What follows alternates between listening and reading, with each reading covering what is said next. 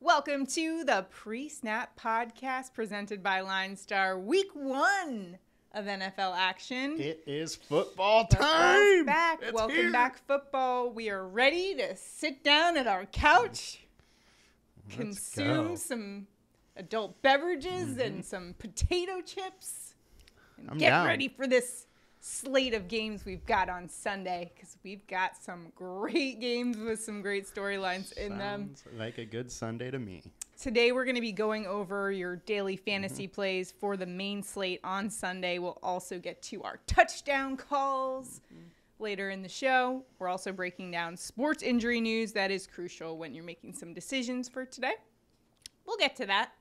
First things first, if you're watching us on YouTube, be sure to like this video if you're enjoying our content and subscribe to our channel. We've got a ton of content coming out, including props on Underdog and Prize Picks. It's a great video that we have. We use our Props Edge tool on LineStar that gives you the best bets, the best value bets on those particular apps. So definitely check those out if you haven't already. It is a brand new tool, literally out yesterday, and it's great. You're going to love it. Yeah. Shane and I have been trying it out for a month, maybe, And a couple weeks. We've been having a lot of success with it. And it's been great. We Yeah. hope you do as well. That LineStar app that we just talked about, if you don't have it already, be sure to check that out, linestarapp.com. Make sure to lock it in for the season. It has all of the information you need to dominate, not just in fantasy, but as we mentioned, in prop betting as well. Or if you just want to be a smarter fan of the game, it's a great tool there. So linestarapp.com, check it out. Link is below to that. We got some storylines. Sure Week do. 1. Quite a lot of them, including, revenge. Gotta love a revenge game, and we've got 2 on the slate for today, including Flacco versus the Ravens. Yep. Your Jets. Your Jets My starting Jets. old man Flacco. His kids don't even like him. Right. There was a video that came out that I think the Jets released where Joe Flacco was talking about how his kids were giving him a hard time about him being old and not doing that. And he said he pulled up highlights of his, career. Where Yeah. he's like, Super Bowl, nothing? Come on. No, they don't care. So What have you done for me lately, Dad? going up against his former team, he'll have an opportunity to prove his kids wrong and be like, Dad's back, everybody. So looking forward to that game for sure, although I'm not looking forward to seeing Lamar Jackson against my Jets. True. We'll see. It's going to be a tough one. The other But you have more to look forward to, though. which is Sauce Gardner. Oh, you got Sauce Gardner, too. Yeah. I was talking about more as far as the wide receiver. But, and you have Hall. that Sauce. You guys got some fun. We got some weapons. You got for- some for fun Flacco. stuff. Yep. Baker Mayfield going up against the Browns, who kind of did him a little dirty last season. Let's They be did. honest. They With that did. whole Deshaun Watson situation, they left him out in the cold. Yeah.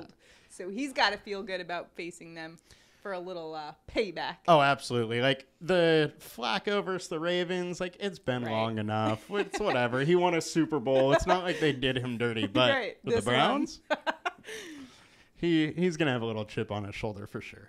All right. And then we've also got an awesome quarterback matchup. Kyler Murray just got paid. Yes, He's he going to have did. to prove it against the best quarterback in the league in Patrick Mahomes. This should be a pretty Who's got all new good receivers. Yeah. So we'll see how that battle turns out. So, I mean, the Cardinals are paying him to outduel Patrick Mahomes. Not to mention Carr versus Herbert. It's another good QB matchup Exactly. AFC West showdown. And a rematch the last time they faced each other That was was a great game. regular season finale, which was a playoff game. Oh, Whoever won absolutely. that game Yeah. went on to the playoffs. The best game all season. I still can't believe that the Raiders didn't kneel it. Like, they would have gone either way, but they're like, nah, we're just gonna That win. ending of that game, I know, left a very sour taste Yes. in Chargers fans who could taste. They almost tied that game, which would have sent both of them into the playoffs. So. Spoiler alert, we may talk about that game a little bit. Yeah. All right. Well, we've got a bunch of great players in that matchup. Also, Trey Lance. We'll be curious to see how that all shakes out because we have had some drama there with Jimmy Garoppolo. They ended up re-signing him.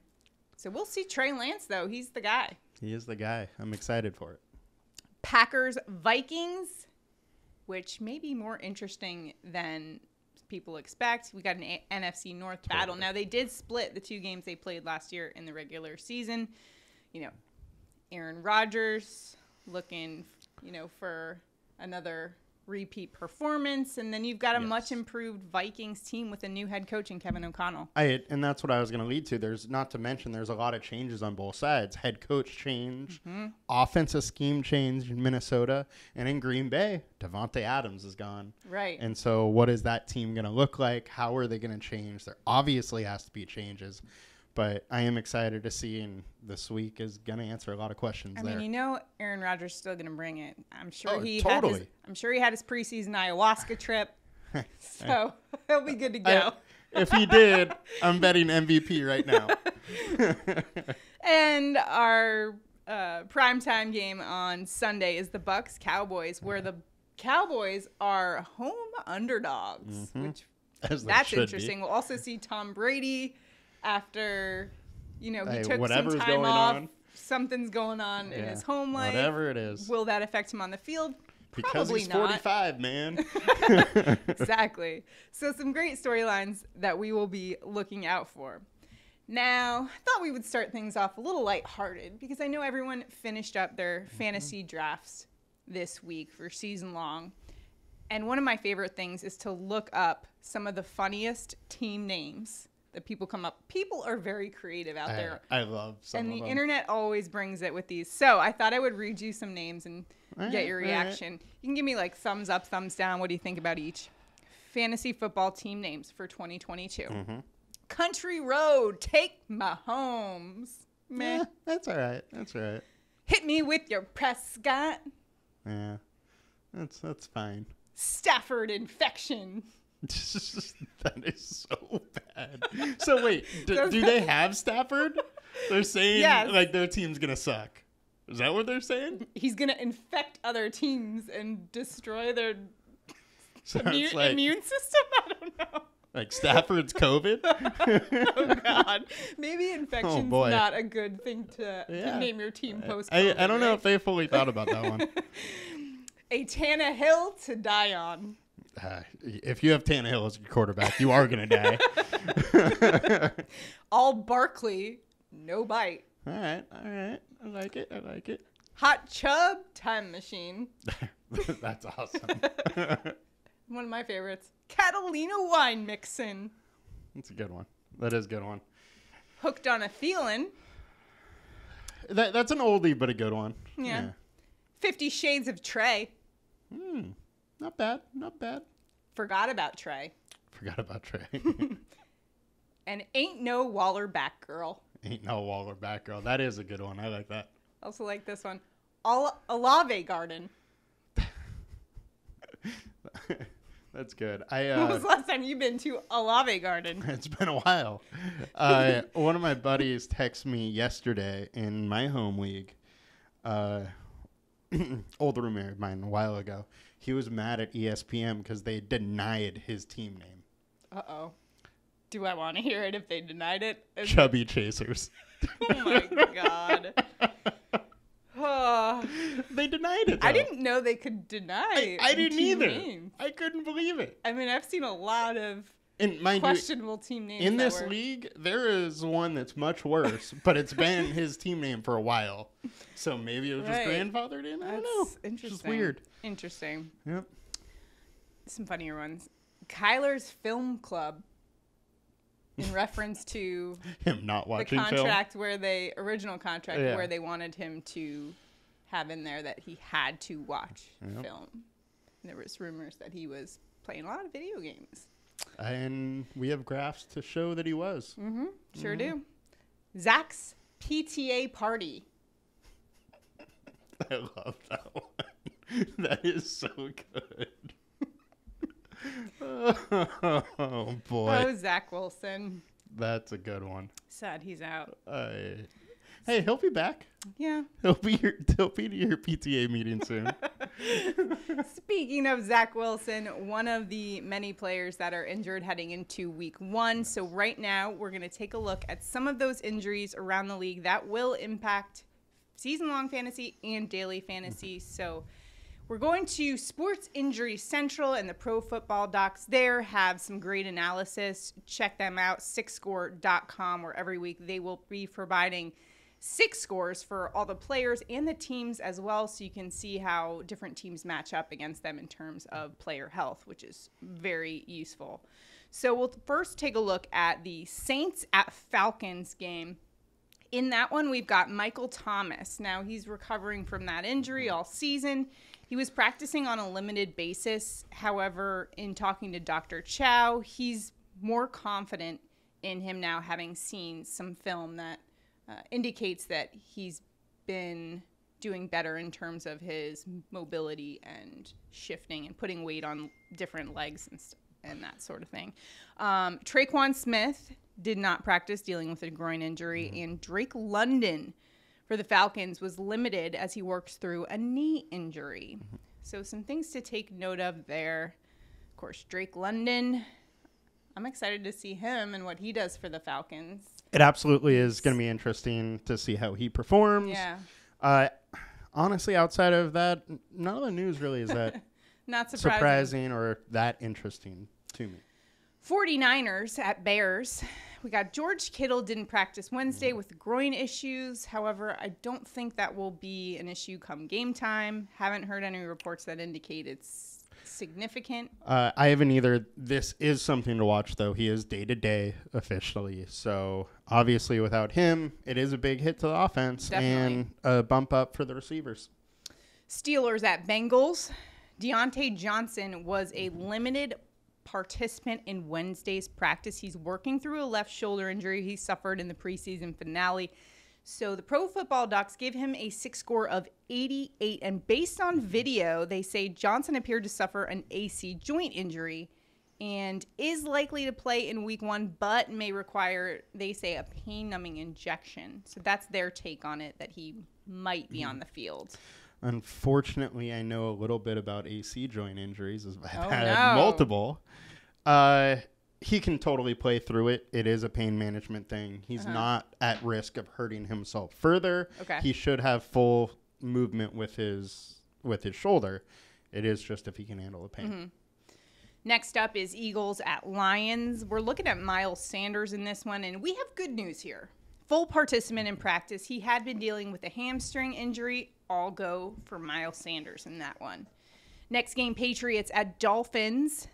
Now, looking at the Dolphins, 11 players were limited, including the running backs Chase Edmonds. This one's really interesting to me. Myles Gaskin, neck injury. Wide receiver Jalen Waddle with a quad. Now, Waddle apparently is on track to face the Patriots after sitting out during the preseason. What do you make of this? So the running back room, the guy we have been most worried about all offseason, Raheem Mostert, is the one guy not on the injury list. Yeah. So really pay attention here. If he is the starter, because these guys are out, like, you got to like that. He probably wouldn't have the, full allotment of snaps that he would if he was totally healthy, not working back from an injury, but it's got to be intriguing. And this was also an offense we were questioning what exactly they were going to do with the running backs. Totally. Running backs here were a huge question. Sony Michel's gone. Edmonds is good. Gaskin's good. Mostert's good. So they got a lot of good guys. But if there's injury here, pay attention to that. This is something you should keep an eye on for Sunday. Someone's got to take the volume there. Ravens at Jets. Now, another interesting one. The Ravens as a team have a 6 score of 82.1, which is the lowest of any team heading into week 1. Of course, we've talked all offseason about J.K. Dobbins and the two-headed monster there, both of them suffering knee injuries. Dobbins working his way back after missing all of last year. And Ravens head coach John Harbaugh said Wednesday that he will continue to, quote, leave the light on for Dobbins as it relates to him playing. Pro Football Doc, however, says, book it, Dobbins out week 1. Yeah, and not only that, yesterday there was a quote from Lamar Jackson when he was talking to the media where he said that Dobbins is going to be out for a couple weeks. Oh, he let it slip. He totally let it slip. So do not be surprised whatsoever if Dobbins is out. It means we're probably getting a ton of Drake and Davis. Zach Wilson likely out till week 4. Sorry, moms. Recovering from that meniscus. 37-year-old Joe Flacco gets the start at quarterback there, as we mentioned. Revenge game for Joe Flacco against his old team. Browns at Panthers. Jadeveon Clowney missed practice Wednesday due to illness. The team also listed him with an elbow injury. If he's out, that's a significant blow. Absolutely. For sure. Giants at Titans. Giants have the second lowest 6 score as a team. The Giants listed linebackers Kayvon Thibodeau, Azeez Ojulari as limited, along with wideout Sterling Shepard and safety Dane Belton. They got a bunch of guys basically that are dealing with some issues. Yeah, and Shepard's here, one that I would absolutely watch. That if he's not good to go, there's a lot of targets up for grabs. Even if he is good to go, he's going to be limited. He's coming off an Achilles injury. We saw what Akers was like when he came back from one. The explosiveness was not there. So in Tennessee, the Titans were without defensive backs Lonnie Johnson, Elijah Molden with groin injuries. How significant is that for the Titans? I mean, it's a blow to their defense, that's for sure. It's a plus for the offense for the Giants, though. Right. But their Giants seem so hurt that, I mean, if you're looking at it from that standpoint, they could have a lot of, at least one of their playmakers out as well. We're going to talk about several guys from this game and Giants guys. So Packers at Vikings. Okay. Alan Lazard did not practice Wednesday after he was, quote, stepped on last week. Exact injury, unclear. Pro Football Docs, not optimistic that he's playing. And that's not good news for Aaron Rodgers, who's already without his top receiver from last year, breaking in some of those newer rookies. And I did see one of the things Pro Football Doc did say about this is that the last time we've heard about a guy's out because he got stepped on, his foot got stepped on, it was Najee Harris with his Liz Frank sprain. So it could be a little bit more than they're leading on to. Pay attention to this one.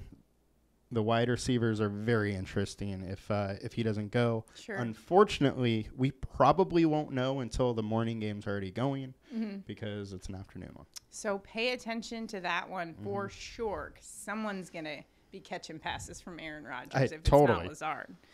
Chiefs at Cardinals. J.J. Watt's dealing with a calf injury listed as day-to-day, and tight end Zach Ertz, game-time decision there. That's a blow definitely to the Cardinals in this one.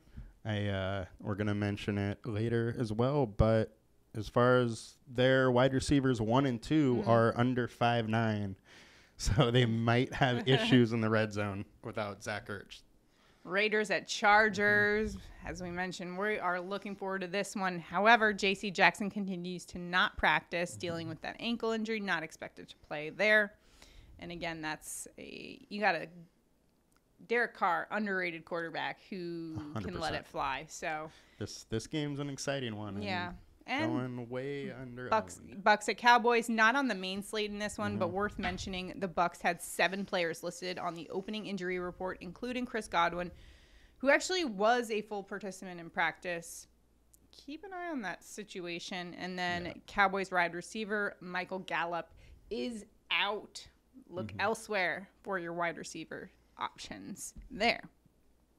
So that's your injury report from Sports Injury Central. Be sure to check them out, sixscore.com. Now let's take a look at our daily fantasy plays. We're going to take a look first at our high-owned. We'll go through by position and tell you the high-owned players that the field is headed towards And Tyler is going to basically tell you if they're worth taking or if you should kind of stay away from the field and where to pay that money. If you haven't watched our baseball shows, we did the same kind of format with the high-owned, low-owned. Basically, the high-owned guys, I'm telling you why maybe you should consider them and why you can consider fading them. And do what you will with that information. The low-owned, essentially sleeper picks, if you will. Exactly. So where you can find some value to create that leverage if you're playing in those big contests. By no means are the ones I say the only ones, but they are some ideas for you. All right, so let's get to it. High-owned quarterbacks, Patrick Mahomes, Jalen Hurts, both really high-owned right now. Patrick Mahomes at 15%, DraftKings 29%, FanDuel, and listen, an interesting storyline here is he's going up against his former college coach in Cliff Kingsbury. That is true. Maybe he has some insight into his weaknesses. He could. The one thing I'm worried about here is I think this game is going to be super high-owned.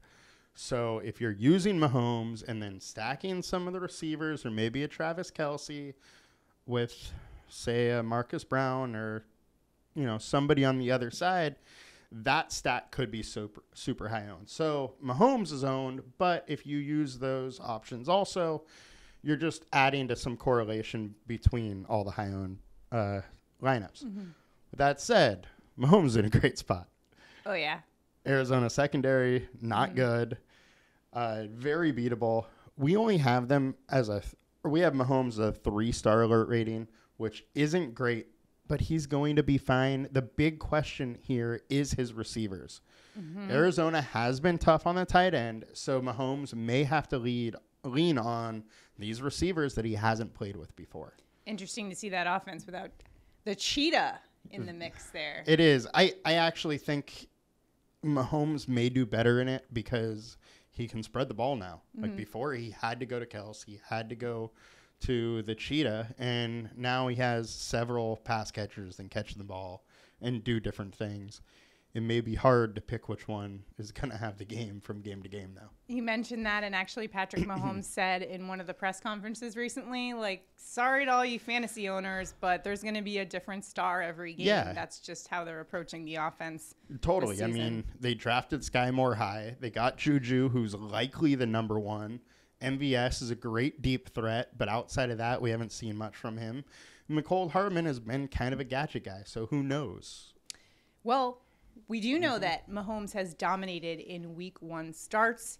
He's 4-0 with 14 touchdowns and 0 interceptions. So he'll look to continue that streak. And I doubt he throws one against Arizona. All right. You're taking the under there, huh? Oh, yeah. Jalen Hurts, looking at his matchup for today at the Detroit Lions, 21% owned on DraftKings, 28% owned on FanDuel. He's LineStar's top projected, top value on DraftKings and FanDuel. So he's got the value there for sure in terms of this matchup. And the Detroit Lions defense, I don't know about you, Tyler. I'm not necessarily buying into the Detroit Lions, even after a season of hard knocks. I absolutely am not buying into them. Hurts is in a great spot. The Lions D is bad. They may have got slightly better, but they didn't get good enough. We have a 5-star alert rating on Hurts.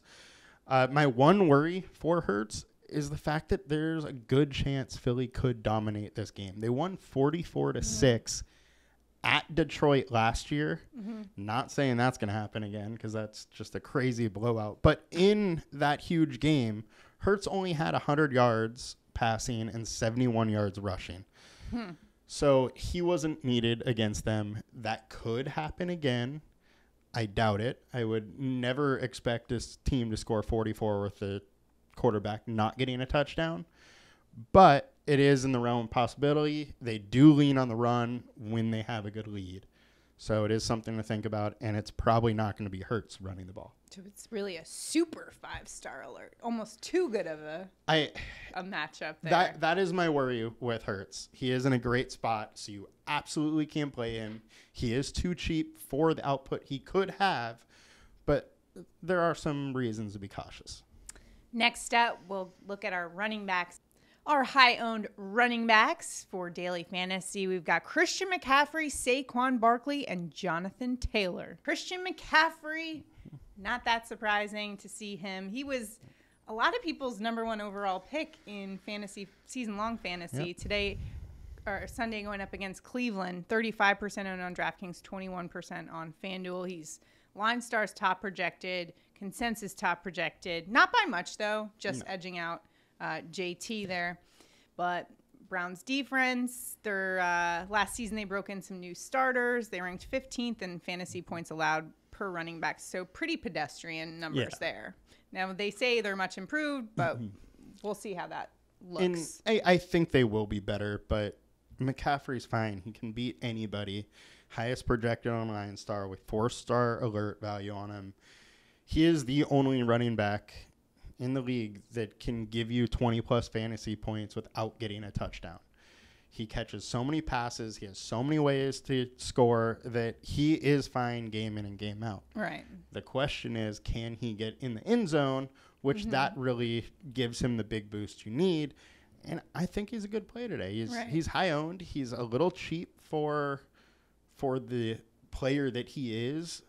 All indication is that he's totally healthy. He could have came back at the end of last year. So I don't mind it. CMC's great. Yeah, to your point, Dr. Chow from Pro Football Docs said this offseason that he expects him to be fully healthy. I know in the past he's dealt with different injuries, not related, so he says that gives him confidence. It's not a nagging same injury, so that gives him confidence to say he's healthy, he's good to go, and he will perform for you in fantasy. Know who else might perform for you in fantasy? Saquon Barkley. He's at Tennessee and 29% owned on DraftKings, 36% owned on FanDuel. Now, a lot of people very high on Saquon Barkley this season. I know last season a lot of fantasy owners were a bit disappointed with his output, including him, who he acknowledged that, hey, I'm still kind of recovering from my knee injury. But now he's healthy and in a new system under head coach Brian Daboll, so could be a good day for the quad father. Yes. There's been a ton of hype around Barkley over this offseason. Everybody's saying he is totally back. He's himself again. He's said it himself that he's back. Now he can focus on actually improving, whereas last year he was just focusing on getting better. Right. You know, health-wise, not ability-wise. But he has a super tough matchup. Tennessee defense is good. Isn't going to be easy. His price is too cheap for the ability that he does have, but that was the ability we saw 2 years ago, not last year. So there is some question there. I have a little bit trouble going there if everybody else is. Right. After last year. The one thing, though, we do need to talk about, we talked about Sterling Shepard being on the injury reports. Really need to watch these wide receiver injury reports. If guys are out or limited, he could get some more catches, which obviously boosts his value a little bit. Right. Well, with that high ownership, to your point, it's almost like you got to prove it before we take you as a high-owned and we've said it through baseball throughout this season that, you know, when a guy is coming off the IL, if he's high-owned, you know, it's hard to go there. And it's a similar situation for him. A lot of ways that things can go wrong for him. Might be a little bit easier to go with Jonathan Taylor. Book it. He is at the Houston Texans, 24% owned on DraftKings, 27% on FanDuel. Second top projected running back for week one. Also the most expensive 5-star alert score. This is a guy who's ranked number 5 on NFL Network's top 100 players voted on by the players. So even the players got a lot of respect for this guy. And I feel like, could carve up this Texans defense. JT is great. He's extremely good. It's a great matchup for him. I wouldn't be surprised, or I would be surprised if he doesn't score a touchdown. I almost picked him for my touchdown call today, but I felt like it was too easy. Too easy. So I didn't go there. Wanted a little more fun with it. But Houston isn't good. Ranked 30th with 1.1 rushing TD allowed over the last 9. Ranked 29th with 115 rush yards allowed over the last 9. It's a great situation for JT. I would expect ownership to come up hard on him at these ownerships. I would be playing him for sure. Exactly. This is a guy who led the NFL in rushing yards by 1,800 yards last season. It also should be said here that with this slate and with how the pricing is, there are a ton of good receiving options that are kind of cheap. So you can pay up at running back once or twice fairly easily and get a good lineup.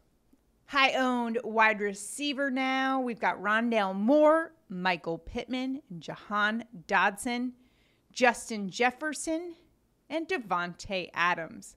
All your high-owned options at wide receiver. Rondale Moore versus the Chiefs. A lot of people going there. 28% on DraftKings, 15% on FanDuel. I mean, there's no D-Hop in this one. No D-Hop. Someone's got to be. There's a Hollywood, though. There's, true. 2021 Chiefs defense ranked 27 in pass yards per game. This is a very young secondary, really inexperienced. A great place to take advantage. Absolutely. Chiefs secondary is probably going to have trouble again this year. Coach Kingsbury has been big on Moore all offseason, been hyping him up, saying they want to get the ball to him more. He is super cheap. Like I said, though, with Mahomes, this game is super high-owned. Right. He's high-owned. Kels is high-owned. Mahomes is high-owned. So, I have my apprehensions. There are other games that have a similar total that are way less owned, so I might want to attack them a little bit more. I do understand why people want to go here, though. Moore is way too cheap. He is an athletic guy. He can make things happen. But it is not like he's the number one. He is Brown is number one. Ertz, probably the number two if he plays. Yeah. No, that is something also to keep in mind. And then it's Moore. So, being the third option at high ownership, that's what's tough for me. If Ertz is out, would you reconsider your position? You have more guaranteed workload then. Yeah. Next up, Michael Pittman. A lot of people going here. At Houston, 28% on DraftKings, 4% on FanDuel. We talked about how bad the Texans' defense was. Their secondary ranked 32nd in the league by Pro Football Focus. So, I mean, great, at least a great matchup for him. And in last week's First Look show, we did talk about Pittman. He is too cheap, and that's why we talked about him then. It is no surprise that on DraftKings he's 28%. At 4% on FanDuel, I think there's a lot of value there. He is a number one receiver. He did great last year. He has the addition of Matt Ryan. He's playing Houston. So he will have his opportunities to absolutely torch this defense. My one worry is, again, like Jalen Hurts, it could be a blowout at halftime. And then they're just leaning on the running game. And Pittman, if he didn't get it done in the first half, he's not going to. He's not going to. Yeah. Another too good of a matchup situation. Jahan Dotson. All right. Yeah. Going up against Jacksonville. Now, Jags have earned bottom 6 coverage grades in each of the past 3 seasons.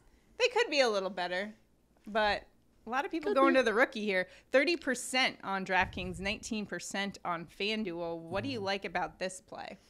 The price is nice. Okay. He looked decent in preseason, but it's still a Wentz-led team, and you're talking about the second receiver. There's also a good running back, so there's a lot of mouths to feed here. The game total's only 44.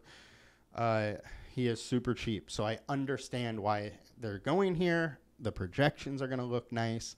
But I think there's other people you can go to that are cheap that will give you a little more leverage on the field. Well, Justin Jefferson, certainly not cheap. Not cheap. He's not cheap. Going up against the Green Bay Packers this week, 19% ownership on DraftKings, 22% on FanDuel.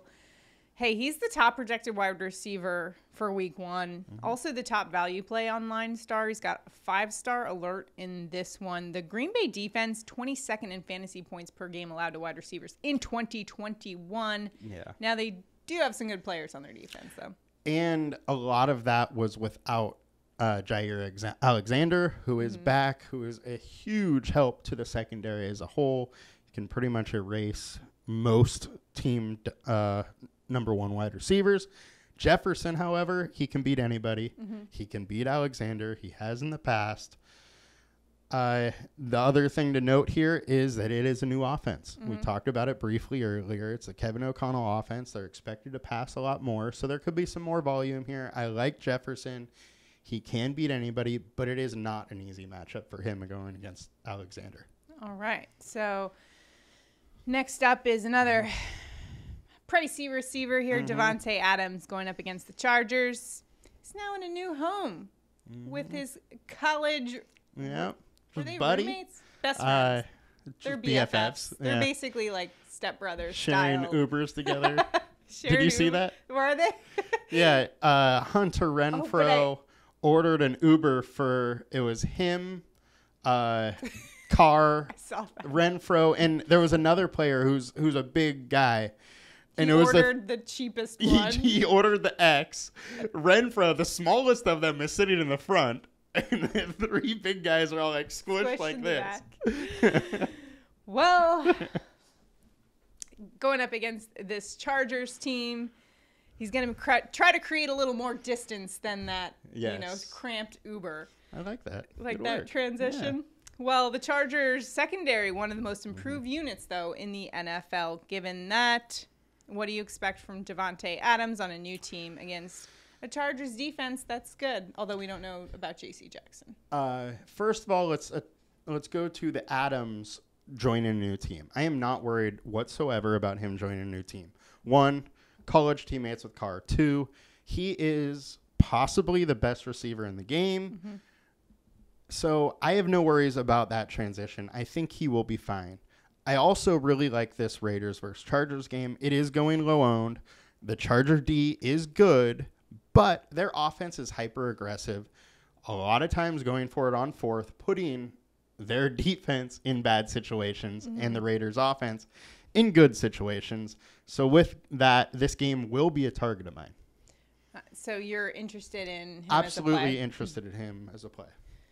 Let's take a look now at tight end. Travis Kelce going up against the Cardinals. 38% ownership on DraftKings, 27% on FanDuel. Cardinals allowed the fewest fantasy points to tight ends last season. However, they did not really do anything to their secondary. They definitely did stuff on their offense. Yes. I'm a bit curious how that defense will look. Travis Kelce knows how to carve up defenses. He does, absolutely.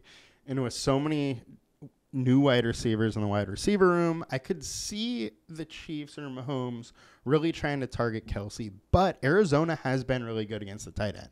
So keep that in mind.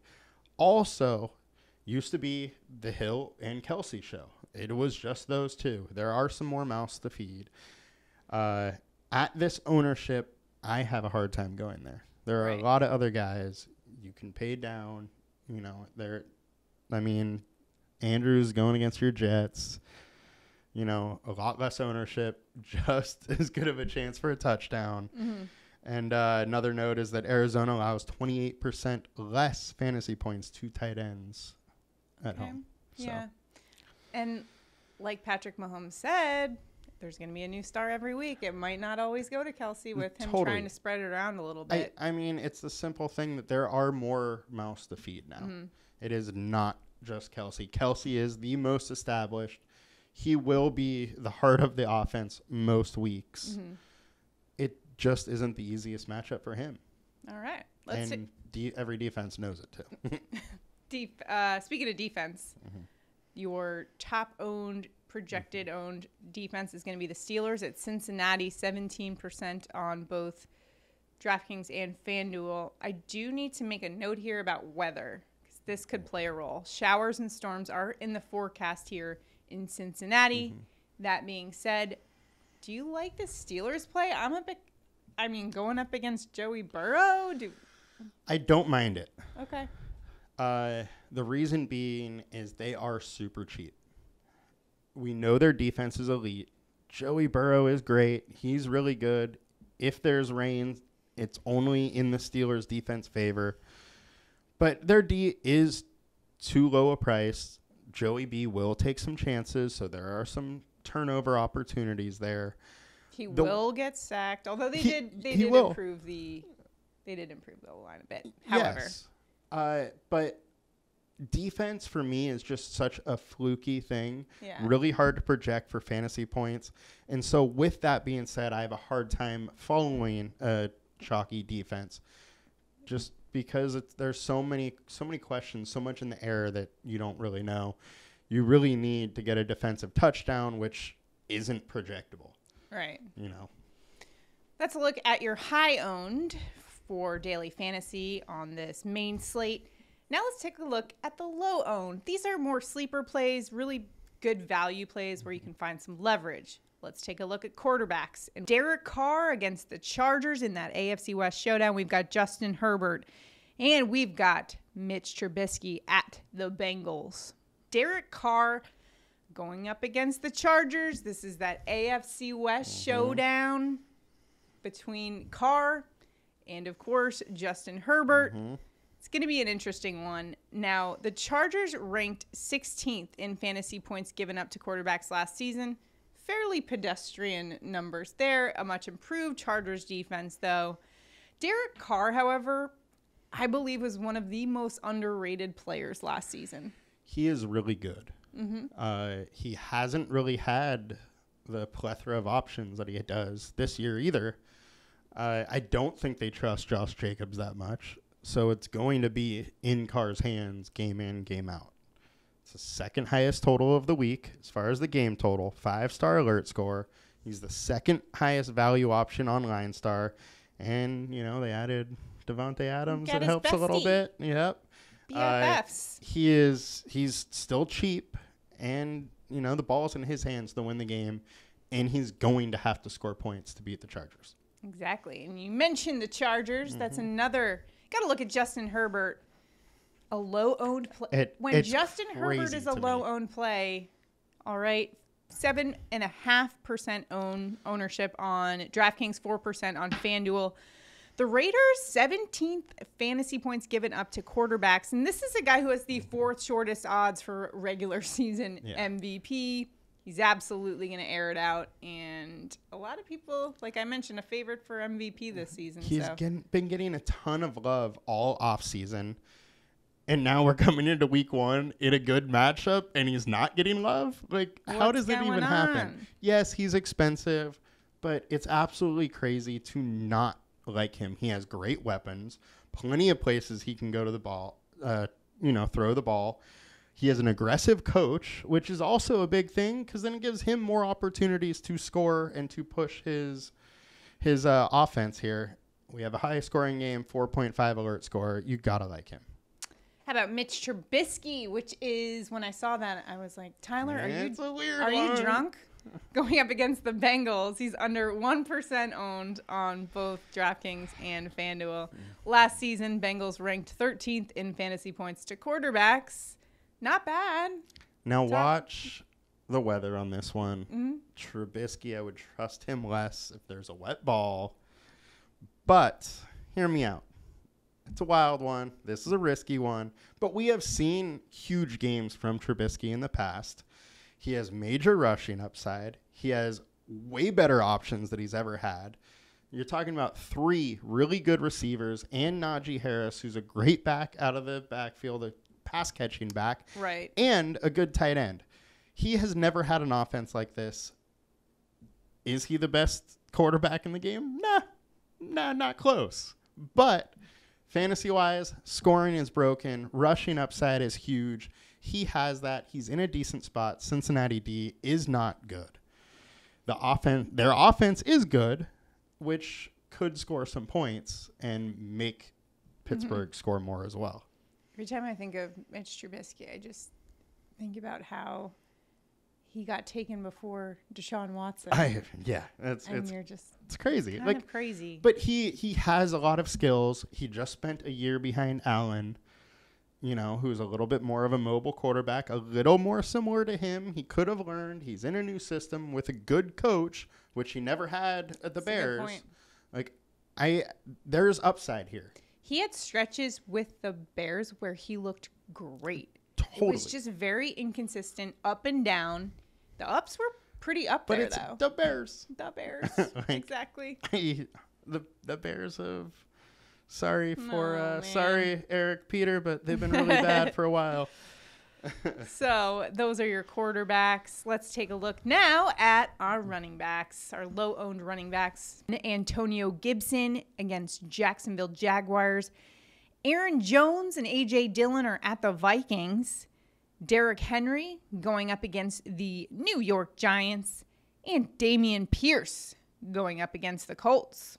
First, we're starting out with Antonio Gibson going up against Jacksonville. 9% ownership on DraftKings, 4% on FanDuel. So fairly low owned. Now, he did not have a good camp. However, the opportunity presented itself in kind of a more tragic situation where Brian Robinson, who was looking like he was going to take the number 1 role, got shot. Although he's much better. Yes. He's okay. He is okay, and he's could off be back. crutches. Yeah, right.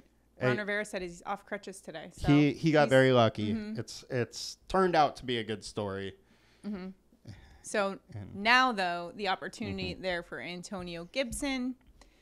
You worry a little bit about the fumbles that he's had. Absolutely. However, I almost think the Brian Robinson situation, now that he's got the opportunity to prove it. I don't think he's going to let it up. Right. He has been very good over the last couple of years. You're talking about a guy that's averaged 10.5 touchdowns for a season for his 2 years. He's got a ton of yards in both rushing and receiving. The guy has a lot of moves, very fast. He is good. We have a 5-star alert rating on him, and he's going to get the similar workload that he had last year. The only guy behind him, McKissick, who is actually a little banged up, by the way. So he's going to get all he can handle. Just hopefully his little hands can hold on to the ball, and that Jacksonville allows 42% more fantasy points to running back when they're away. So it's a good matchup. Jacksonville's not a great team. Washington's not either, but I think they're better than Jacksonville. So next up, we got a little 2-for-1 deal. Yep. Aaron Jones, A.J. Dillon. Once again, we're looking at the Vikings going up against the Vikings. Now, for Jones, that's 6% ownership, 19% on FanDuel. Dillon is under 1% on DraftKings and 11% on FanDuel. Vikings defense last year allowed 7th most rush yards per game, though, so could be a favorable matchup for them. Yeah, and this game is kind of funny to me because it is one of the higher scoring games of the week. We have seen huge blowouts in Minnesota, not blowouts, shootouts in Vikings versus Packer games. And we have a situation now where the wide receiver room is hurting big time. Allen Lazard may not play. Outside of him and his old buddy Randall Cobb, there is nobody that was a receiver for the Packers there. So there's a chance that Rodgers has nobody that he is, familiar with catching the ball except for Aaron Jones and A.J. Dillon. They have said in the offseason these two guys could split carries. They're going to be used in the passing game, in the rushing game. They could both be on the field at the same time. I think both of them are good plays. It's just which one does more, and who knows about that because it's just going to be when the offense has more success, when that guy is on the field. But I do like them both, and I think both of them are capable of a huge upside game that you need. And a game also to pay attention to all weekend with Lazard. Everything could impact a lot of value there in fantasy. Absolutely. Next up is a fantasy stud, Derrick Henry. King Henry's going up against the Giants, who in 2021 allowed the 8th most rushing yards per game. Okay. I don't get why he's not getting love. I don't either. He's healthy, 93-6 score. They lost A.J. Brown. They have to lean on the run. Tannehill cannot win them games if Henry cannot run. It is his job. The big dog's got to eat. Sure does. That's all it comes down to. Gotta love those SEC guys just trucking through people. Go Dogs. He's not a dog, though. I know. That's okay. He's So, a tight. I know you did. Yep. Clarify. We don't associate with Alabama players. But Yeah. you do have respect for the SEC. I'm just throwing out the good dogs for you. Texans, Damian Pierce, going up against the Colts. 8% ownership DraftKings, 11% FanDuel. He's now the guy there for the Texans. Marlon Mack is cut, and now he's taking over the one spot there. So he will get a lot of carries. And that's the thing here is if he stays at low ownership, he is the guy. He should be used in both rushing and passing game. He is very cheap, and he's an electric talent, so we'll see what he can do. But I don't mind taking some chances, especially in big GPPs where you need something crazy to happen. Next up, let's take a look at our wide receivers, our low-owned wide receivers. Let me go through them really quick. Giants, Kadarius Toney. We got Adam Thielen, Juju Smith-Schuster. And we've got just Green Bay wide receivers. Yeah. Just all of them. Blanket them. All right, so first let's take a look at Kadarius Toney. He's going up against the Titans, 17% projected ownership on DraftKings, 8% on FanDuel. Another note for weather, there is a good chance of rain there in Tennessee. Yes. Keep an eye on it. The Titans in 2021 actually allowed the 8th most receiving yards per game. And so might be a little favorable, especially given the injuries to Giants. Is that why you're headed here? What's the intrigue? First, I just like to say the name Kadarius. Yeah. Kadarius. But I think he is their number one wide receiver. Kenny Golladay, I just don't trust. I don't think he's that good. Glad he got paid, but he should have got cut. But Kadarius has been electric. He is very talented. When he played, he commanded a huge target share, and I think that will happen again this year. I think he is their number one, and Tennessee isn't good. I like it. If Tennessee is able to get to a little lead, they're going to be throwing nonstop. Jones may have limited options with Shepard, Golladay, who I don't think is very good. So I like it. Outside of that, it's a rookie. Danny Dimes his way.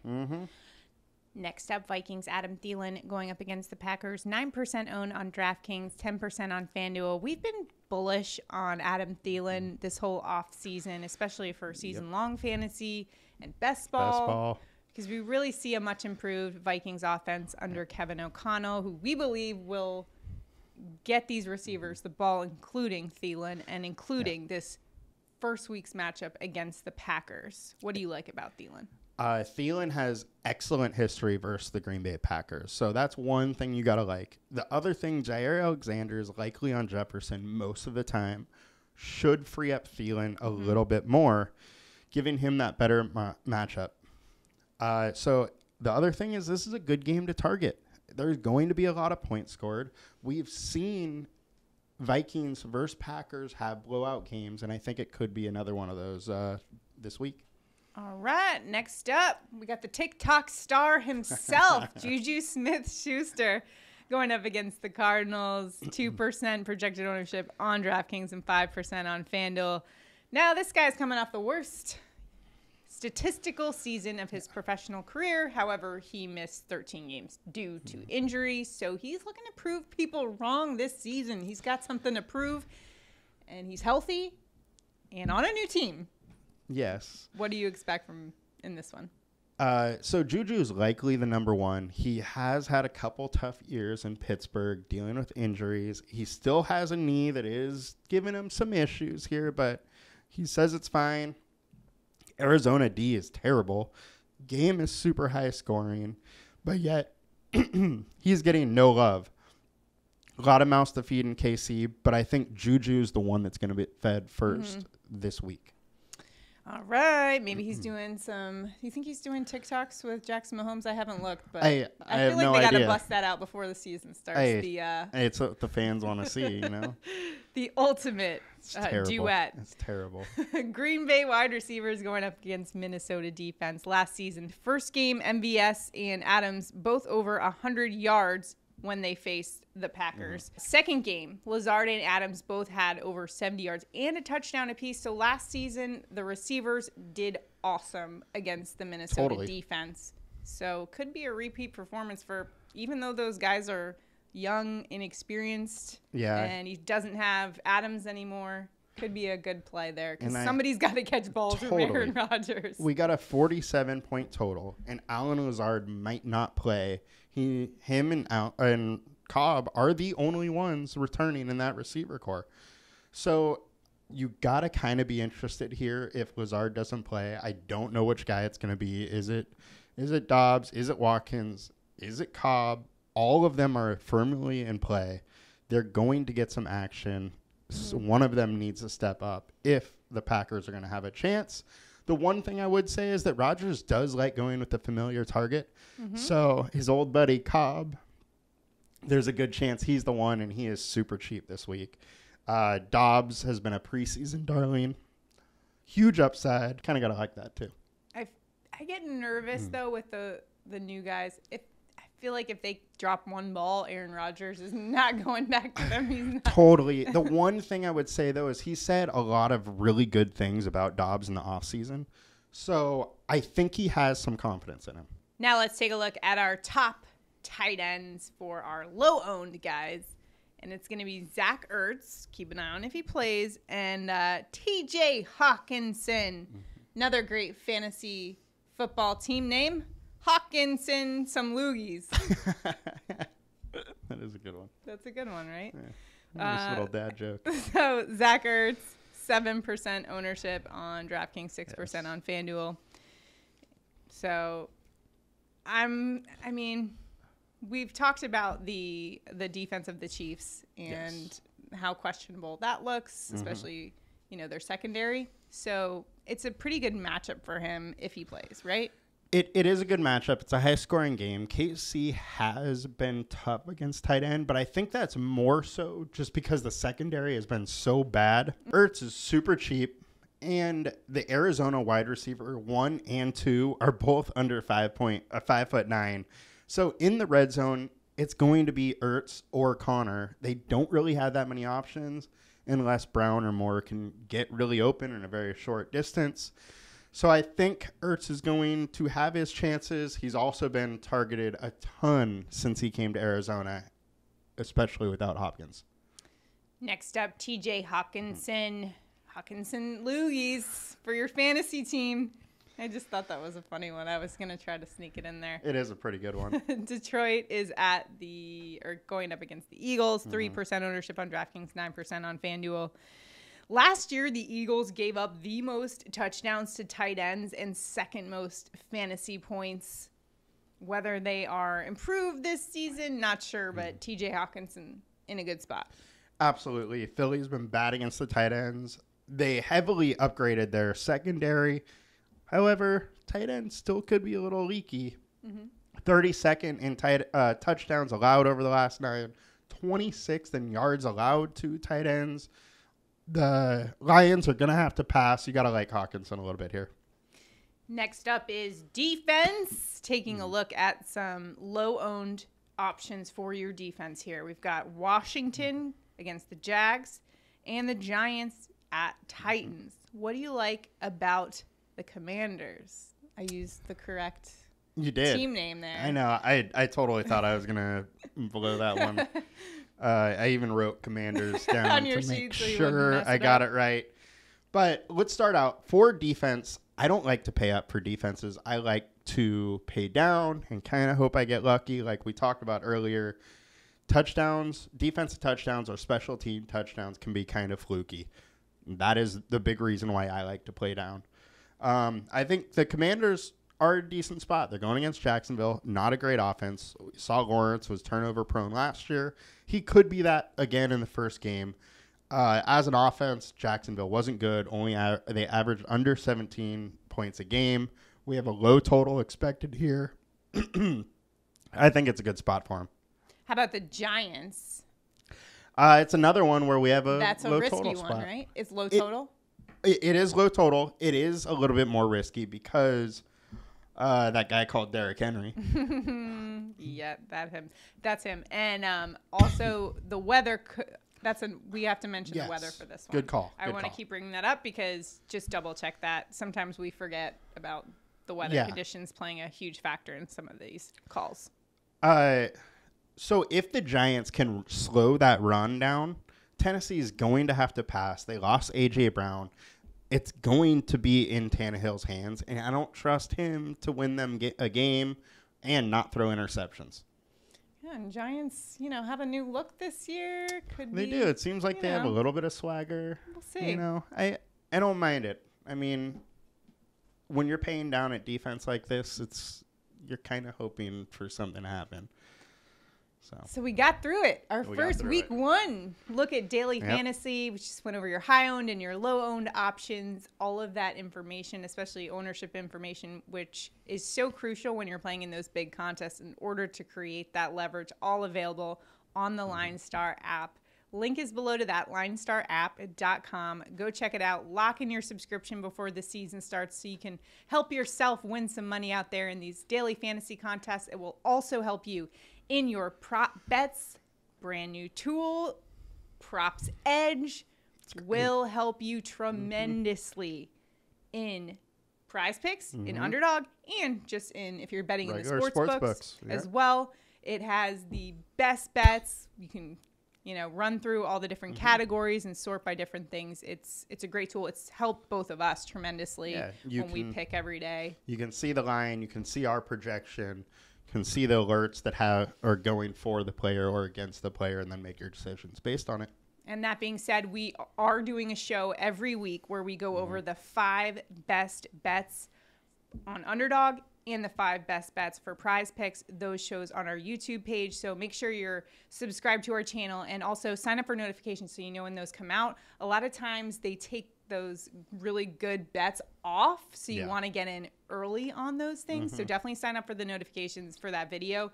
Watch the video, lock them in.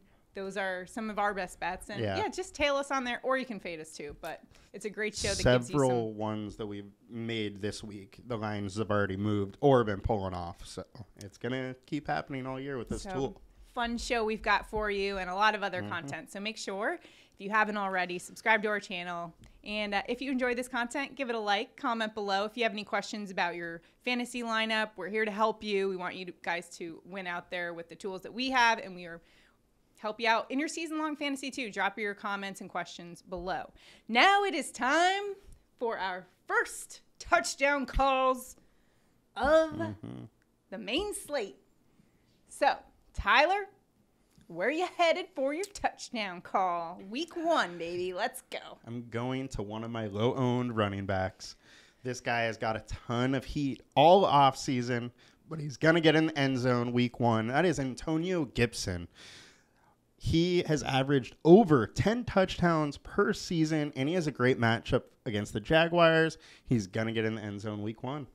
I'm going Austin Eckler going up against the Raiders, who last season had the worst red zone defense in the NFL. Also, when they played them both times, he accounted for both a rushing touchdown and a receiving touchdown in both games. He's also had 13 touchdowns in 16 games. Just unbelievable. So break out the air guitar celebration. I love it. Austin Eckler. End zone, baby. So those are our daily fantasy plays, your touchdown calls, and your injury report there. Remember, for all of this information, linestarapp.com. Good luck to all of you playing daily fantasy, for placing your prop bets. And have fun. Week 1. Yeah. Let's go. Do it. Or in the words of Tom Brady, so excited. LFG. LFG. Let's do it. Good luck, guys. Thank you. See you next time.